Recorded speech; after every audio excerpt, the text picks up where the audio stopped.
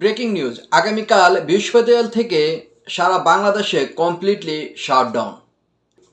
আন্দোলনরত শিক্ষার্থীরা এবার ঘোষণা দিয়েছেন, আগামীকাল বৃহস্পতিবার কমপ্লিটলি শাটডাউন। তারা কি এটি সম্পূর্ণ করতে পারবে?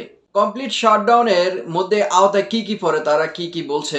জরুরি সেবা, হসপিটাল এবং গণমাধ্যমের গাড়ি এবং সংবাদ বাহনকারী গাড়ি, এগুলো ছাড়া সব কিছু তারা বন্ধ ঘোষণা দিয়েছেন। এবং অভিভাবক, শিক্ষার্থী সবাইকে, শিক্ষকদেরকেও তারা আহ্বান জানিয়েছেন যে তাদেরকে সমর্থন দেওয়ার জন্য, তাদের পাশে দাঁড়ানোর জন্য। ইতিমধ্যে প্রধানমন্ত্রী জাতির উদ্দেশ্যে ভাষণ দিয়েছেন। তিনি আশ্বাস দিয়েছেন, শিক্ষার্থীদেরকে আশ্বাস দিয়েছেন, আন্দোলনরত ছাত্রছাত্রীদের আশ্বাস দিয়েছেন যে কোটা যে বিরোধী আন্দোলন হয়েছে বা কোটা যে সমস্যা, সেটা সংস্কার তারা নিজেরাই নাকি আপিল করেছেন। আমি এখানে একটি কথা বলতে চাই, আন্দোলনটা এতটুকু পর্যন্ত গেল কেন?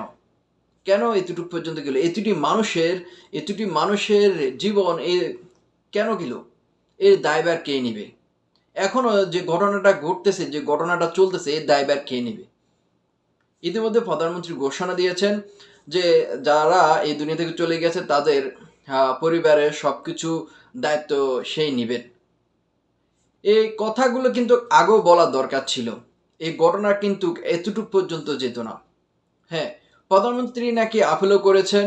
এই যে হাইকোর্টে একটি 2018 সালে আন্দোলনের পর যেটা কোটা সংস্কার, সেটা ভাঙা হয়। তারপর মুক্তিযুদ্ধের নাতি নাতনি যারা আছে তারা নাকি আপিল করে। আপিল করার পর এইবার হাইকোর্ট, উচ্চ আদালত আগস্টের তারা একটি রায় ঘোষণা করেন। আমি বলবো এতটুকু পর্যন্ত গেল কেন? এতটুকু সময়, লং টাইমটা লাগলো কেন?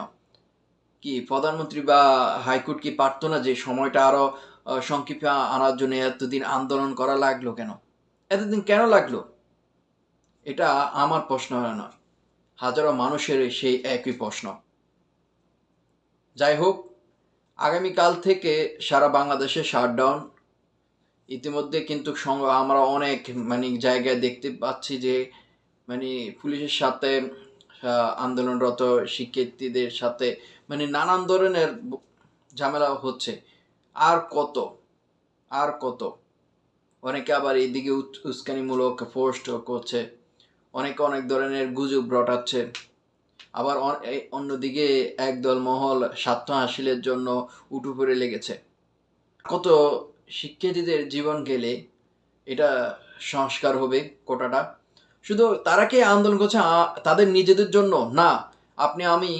আমার হয়তো আমাদের শেষ, কিন্তু আমাদের প্রজন্মের জন্য এটা সুবিধা ভোগ করবে। আমি সবার প্রজন্মের জন্য তারা আন্দোলন, তারা সুবিধা ভোগ করবে। কিন্তু তা না করে আমরা উল্টো তাদের বিরুদ্ধেই লেগে গেলাম।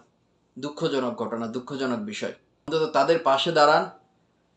এই কোটা সংস্কার যেন হয়। হ্যাঁ, হয়তো আপনারা অনেকে বলছেন যে মুক্তিযুদ্ধ যারা করেছে তাদেরকে অপমান করছে। মুক্তিযুদ্ধ যারা করছে তারা শুধু তাদের নাতি নাতনি, ছেলে মেয়েদের জন্য এই কথা চিন্তা করে তারা যুদ্ধ করেনি।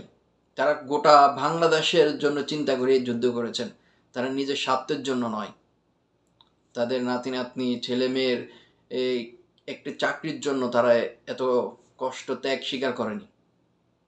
হ্যাঁ, তাদেরকে সম্মান দেওয়া হোক কোটা। আমি তো বলতেছি না যে কোটা সম্পূর্ণ, তাদের জন্য কিছুটা হলো রাখে, বাকিটাকে সংস্কার করা দরকার।